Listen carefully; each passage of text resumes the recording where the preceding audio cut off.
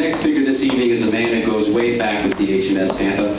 Apart from having made a very substantial contribution to our present state of success, he also has earned himself the distinction of being one of the 10 most wanted men on the Miami Vice Squad hit list. Here tonight from his secret bungalow in Rio de Janeiro, please welcome Ron Jones.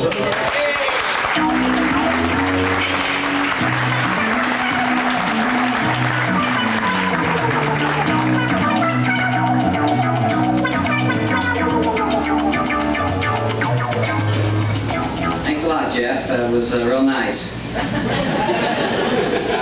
It's really great following Jeff and Mike Campbell. They actually asked me if I would come up and try to say a few nice things about Harry with all the other roasting going on. So in checking out to see who among all the people that worked with Harry, who had actually worked with him the longest in the firm, I think I discovered that Jeff and I were pretty close. Jeff Davidson and I both worked somewhere in the neighborhood between 13 and 14 years with Harry. So I was trying to figure out who was the longest, Jeff or I, and it turned out that it was really pretty close. But then I figured that if you discounted or took away from Jeff's time all the time that Jeff and Harry were mad at each other or speaking, I would win hands down. So that's the reason I'm up here. And I'd like for you to bear with me a little bit tonight. I'm going to really be doing more of the nostalgia part. I let Mike and Jeff handle the humor, but Harry's going to be roasted by some people following me, and I'd just like to go back and reminisce a little bit with Harry. One of my memories is the first time I met Harry. I met him at Morrison's Cafeteria in Lakeland, Florida, which is my hometown, and he was interviewing me for a job over there. And it's a great story because I made a tremendous impression on Harry the first time I met him, because the first question he asked me, here I was a student in accounting at the University of South Florida, and Harry asked me, he said, well, what made you decide to go into public accounting as opposed to private accounting? And I looked at him and I said, well, what's the difference? Your story, Harry? Your story. So the next 30 minutes, Harry commenced to tell me what public accounting was all about. And he made a mistake and gave me a job, and I started as an intern in January of 1966. And when I started with Harry, there was Harry, myself, and 2 other people in the Tampa office. So we had a big whole office group of 4 people. The office, I think Harry was on the 9th floor of the flagship bank building. The office consisted of a reception area, Harry's office, and a staff room. And that was our office back in 1966. And I remember we really had some real busy times back in those days. When Harry first came to Tampa, we only had like 2 clients in Tampa. And so we spent a lot of our times playing cards and going out to play golf, and we were unassigned quite a bit. As a matter of fact, I remember a time in my first 6 months, there was a 2-month period where I didn't do anything. I was unassigned for 2 months. Now, I'm sure that happens to a lot of people today. You guys are unassigned a lot, right? But we used to go out and play golf and play cards and do all sorts of things back then. I also remember the first Christmas party we had. Seeing all these people here tonight, I recall the first Christmas party we had, there was a grand total of 14 people. And I think we had to import about 5 or 6 people who weren't even associated with the firm to come to that so we could have enough people there.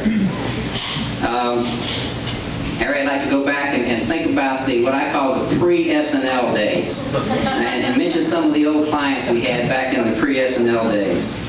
Supertest Oil and Gas, Borden's, Honeywell, who we still have, Florida Southern College, remember Dr. Thrift over at Florida Southern College, Lindsley Lumber, Exchange Bank of Winter Haven, just some of the old clients who we don't have anymore. That was before we had any SNL as a client in the office. Also, I'd like to go back with you and mention some of the old names from those days. George Muntz, Bill Bischoff, Ben Bond, Ken Abrams, Terry Mortimer, John Kerry, Bill Ford, Ron Ellett, and your favorite, Jim McCoy. Jim McCoy was Harry's favorite. Jim McCoy was kind of a country boy from Central Florida, and he called Harry Boss Man. Boss Man Harry. And I don't think Harry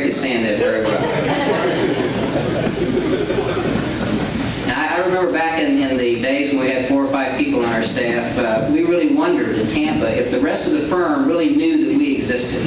We weren't sure they really knew that we had an office in Tampa, because sometimes we wouldn't get firm literature and stuff like that. And Harry had a name for us. Harry had a name for us. We were Camp Swampy. And it's really amazing to me today to see the office today after thinking back to those Camp Swampy days. But after working 4 years in 1970, I left and left to go to the executive office. And just prior to my leaving, we had really increased the size of our staff. At that point, that was right before Harry made partner, and he was a manager in charge of the office. And we had a manager, Harry, and 6 D accountants, and that was our staff at that point. No seniors, no other managers, whatever, no E's even. We had Harry and 6 D's. And also remember, Jeff and I were talking about it today. The day I left to go to New York was the day that Jeff started to work in. Jeff Davidson started to work in Tampa. I came back to Tampa in 1973, and the office had really skyrocketed from those old days. They were up to 10 people at that point. So it really had some tremendous growth in those 3 years. Well, then in 1975 is really when I call the after SNL era.